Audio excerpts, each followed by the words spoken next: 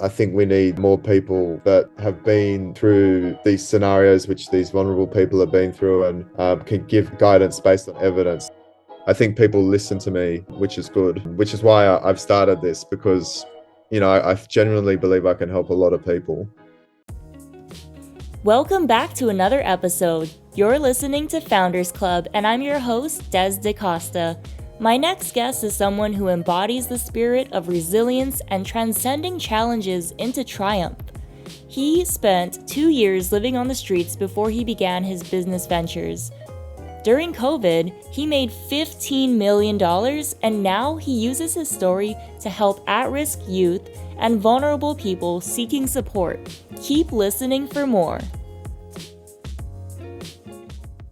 Welcome back to another episode of Founders Club. Today, I'm speaking with Andrew Spira with nonprofit andrewspira.me. Andrew, welcome. It's a pleasure to be speaking with you today. Thank you. Tell us a little bit about yourself, please. Okay, well, I'm an entrepreneur. I'm based in Australia. I'm an avid real estate investor.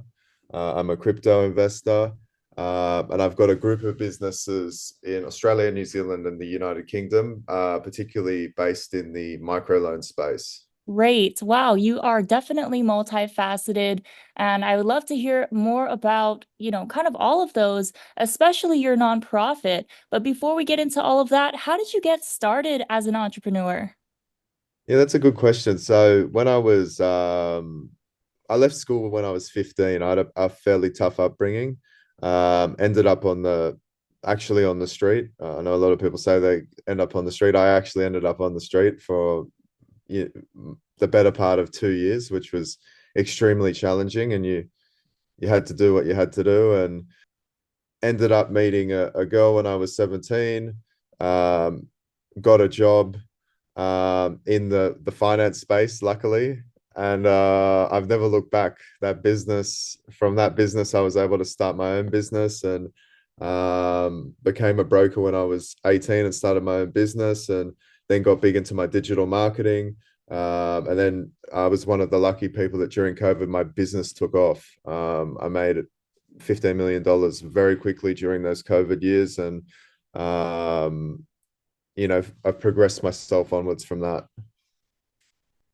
What a truly inspirational story. I know that you just kind of went through it in a nutshell, but you can hear just the resilience and the challenges that you've had to overcome to get where you are.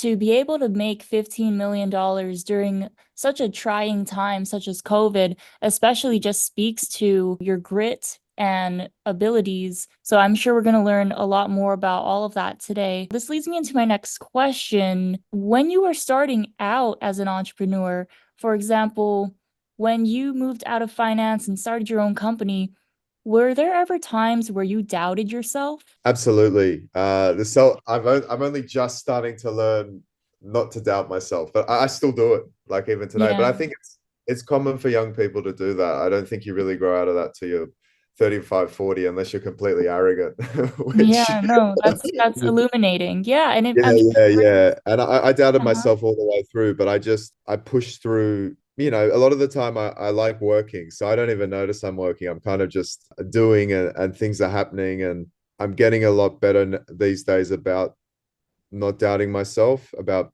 having confidence and believing in myself and not caring about what other people think. I think that's all very important. Yeah, I think it's very illuminating for someone as successful as yourself to be vulnerable enough to say, yes, you have doubted yourself, you've had those moments, and you're actually still working through that. But I think that your answer is going to bring a lot of motivation and inspiration to others who may be facing that level of self-doubt. And how do you handle self-doubt, by the way? You mentioned pushing through, but what exactly do you do to push through? What I'm learning to do at the moment, this is interesting. I'm actually going through this process at the moment. Like I'm 25 now. I know that's still classified as a young person. I've been through a lot, and I can feel that my body and my mind are maturing at the moment. Like I'm going through a bit of a change, which I think all males do around 25, 26. And I'm slowly starting to, learn. I've got a mentor now, and he's 20 years older than me, extremely successful guy. And he's teaching me to believe in myself and not to doubt myself. And I guess when those self-doubt thoughts start to, they're intrusive thoughts, that's what they are. I've learned to block them out and shield them out. And mindset, mindset is everything.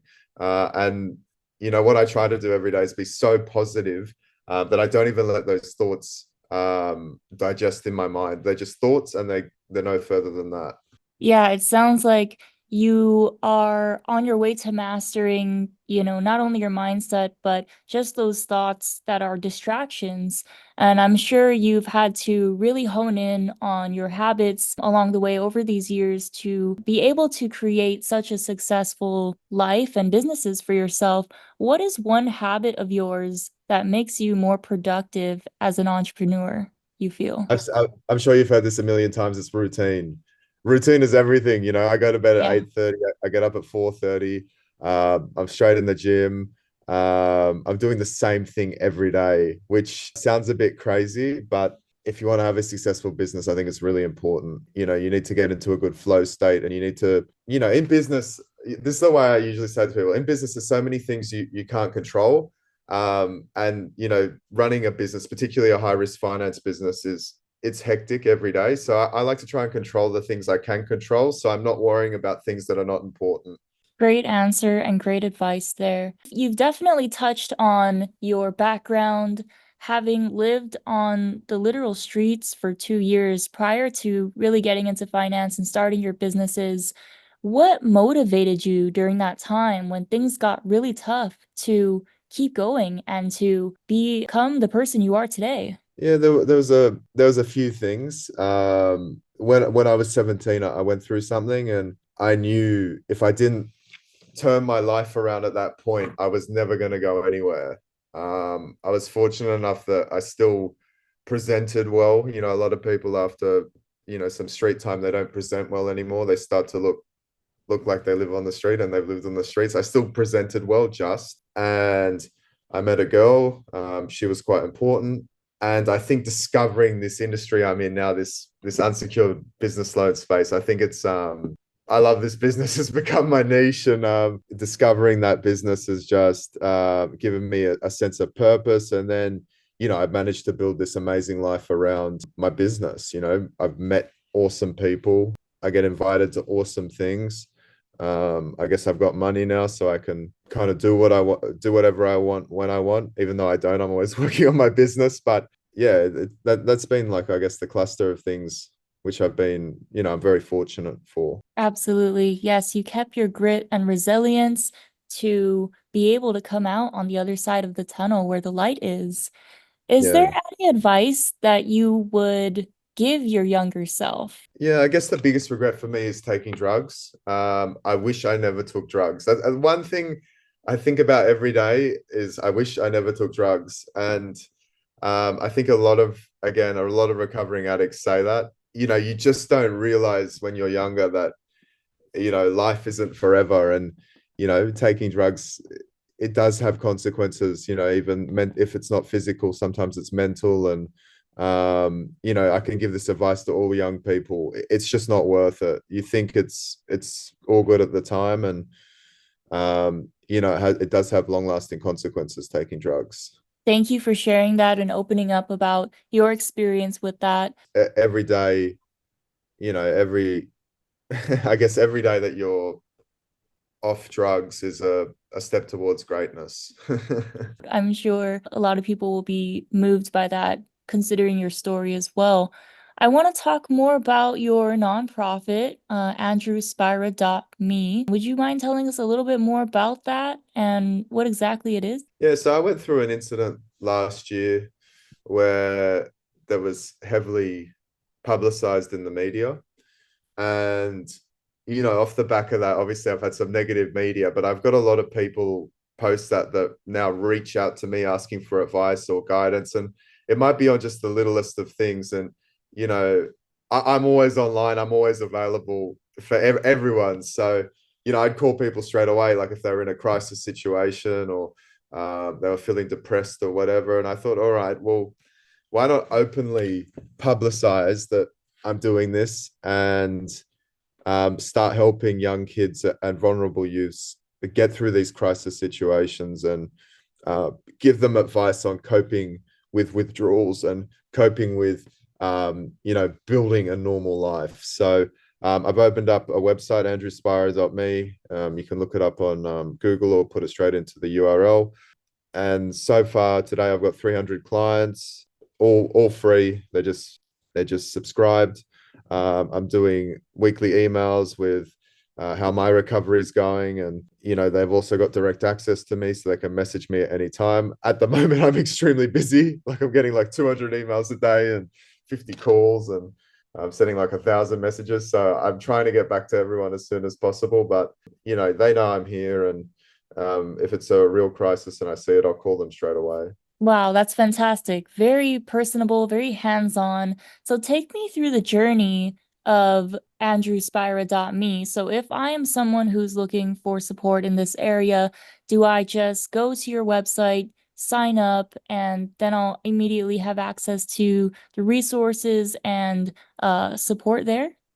That's correct. Now, it's not too resource heavy. It's more just having that direct access to me and that weekly mail out. And, I've put some guides together for people on how to set up a business, or, you'd be surprised, like people that are very vulnerable don't even know how to apply for a rental property. They might be at a home with violence or domestic violence involved and they want to get out. So, getting people into safe living environments, getting people jobs, a lot of vulnerable youth, they think that, I'm going to say it, I shouldn't talk about it, but, they think crime is the only way to make money, but they don't realize, there's more money in having a legitimate business or a legitimate job. So helping people write resumes, helping people find a suitable job, it's just basic skills like that you'd be surprised people have no idea about. And this is so important, the work that you're doing.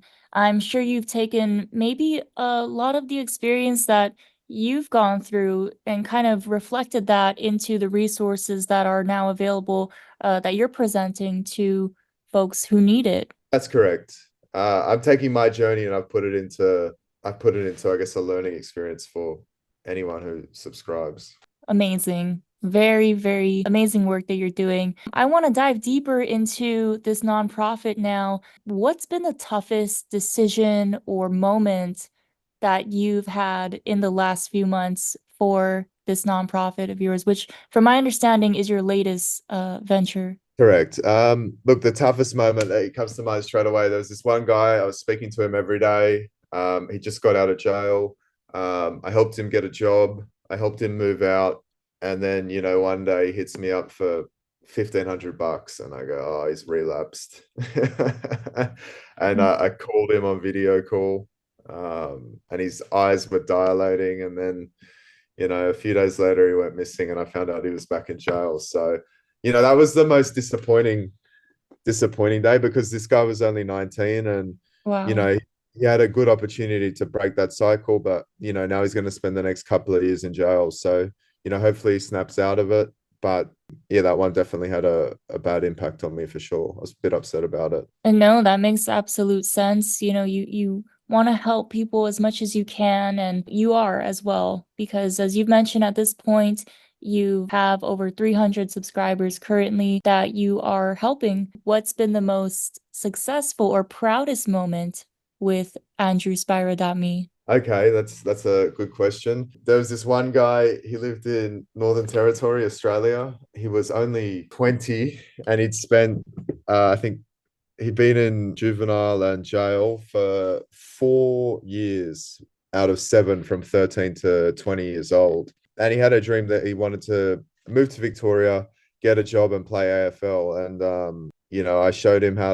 I lined him up with a job in Victoria as a laborer, earning like $1,500 a week. I lined him up with a rental and I got him signed up to AFL Oz Clinic, which is a sport in Australia. And he's doing really well. Like he's out of, the friend group that was getting him in trouble constantly. And he's playing the sport that he loves and he's got a job. And I've heard he's got a girlfriend now, a partner, and he's very, very happy. And, he, he's got an amazing life. He's living the Australian dream. So that's my most successful story for sure. He keeps in contact with me. We talk once a week now because he knows I'm busy and he's busy too, which is good. And I think he's very grateful for the support that I gave him. Congratulations to you on that win. I'm sure that's just one of many stories that you have to share. And, that's the whole purpose behind why you created this. And I can see why that was a very proud moment for you, just seeing it, someone come to you who needs help, really in a vulnerable place, to be asking for help and seeing the fruit of everything come full circle. Just amazing. I want to get more into the actual strategy behind your business as well. Those were some amazing stories that you shared. What's one strategy that's helped you grow your nonprofit from the ground up? Being genuine. A lot of people put on a facade still, even when they're providing other people with advice. And I think now these days, after everything I've been through, I speak from experience. I don't play guessing games. I don't try and put on a mask or facade. I'm genuine. I'm honest. I say it as it is, and I always make sure I speak from experience. And if I don't have experience on something, I'll ask someone else for advice that I know has the experience. So most of the people I'm working with now are, don't have the experience I have. So it's great to just, they don't even have the basic knowledge of applying for a rental property, Yeah. applying for a job, or even know where to look for a job, or even know where to look for, a rental property. They just constantly going back to the same household with domestic violence or couch surfing or in and out of St. Vinny's, which, all it all it takes is, a few hours work, and their situation can be completely different. Sure, they have to go to a job now or, do a few extra tasks, but I think it's worth it to get out of these situations that a lot of the people I'm dealing with are in. Wow, yeah, no, it sounds like you have a lot in store for this as you're just getting started. What does the future hold for AndrewSpira.me? What are you most excited about? Well, I'm excited about being able to put more money into it. I'm about to do a major deal with one of my businesses, and I think I'm going to turn it into, I don't want to be like a guru, but I'd like to turn it into a little bit more. You said the word earlier. I'd like to, have more materials for the business and, develop it a bit further so that it's more substantial, and there's documentation on everything I've just spoken to you about, so people can really use it as a guide without having to speak to me directly. And I'd like to hire people, hire the people that I have been, this is a nice thought to have, the people that I've helped, it'd be good to give them a job and, help them, help other people with what the journey they've been through with me. Yeah, there's a lot in store for that business. It's just I need a bit more money for it, and then I'd like to develop it further and start a bit more global outreach. At the moment, I've got customers in Australia and New Zealand. I'd like to make it a bit more global and share this template on life that has fixed me up. So, in this current moment in time, do you only help people from certain countries or is it already available? No, it's available globally, but I'd like Okay. to, get more outreach. At the moment, I've only got customers in Australia and New Zealand. I'd like to, Mhm. bring it to the world. Fantastic. And I'd like to know, how do you motivate people who are subscribers to your program and who are coming to you for help? How do you motivate them? Well, I guess I don't say this arrogantly, but I've got the life that they want, and I've been through what they've been through. Like, people could not believe it. I got into some trouble last year, and I'd been through the system, but I'd also got out of the system and managed to have somewhat of a normal life, which is really hard when you've had street time as a teenager, actual street time. I know a lot of people talk rubbish, oh, I was on the street, etc. When you've had actual street time, it's extremely hard even to, for me to get a job stacking shelves at a supermarket would be a that would be unbelievable after what I went through as a teenager. But the fact that I've got a business and I've managed to have relationships with people that are fairly stable and develop beyond any expectations, I think people really look up to that and respect that. And I think when people meet me, they can see that I've been through a lot. I guess I've got a bit of presence about me, and I think people listen to me, which is good. which is why I've started this, because I genuinely believe I can help a lot of people. I can feel it. I can hear it in your voice. You definitely do have a mission to help people, to use your story to propel others out of certain situations. The way that you motivate them through your own firsthand experience, I think, is especially powerful because it makes a difference. I'm sure people have maybe encountered other resources that are a bit more distant or at arm's length, or working with folks who haven't actually had the same experience as them and therefore can't create as deep of a connection. But that's your upper hand. That's how you set yourself apart from, maybe some of the other resources that don't work as well, in fact. I won't speak too much around that, but obviously, the psychology and psychiatry system usually isn't particularly great.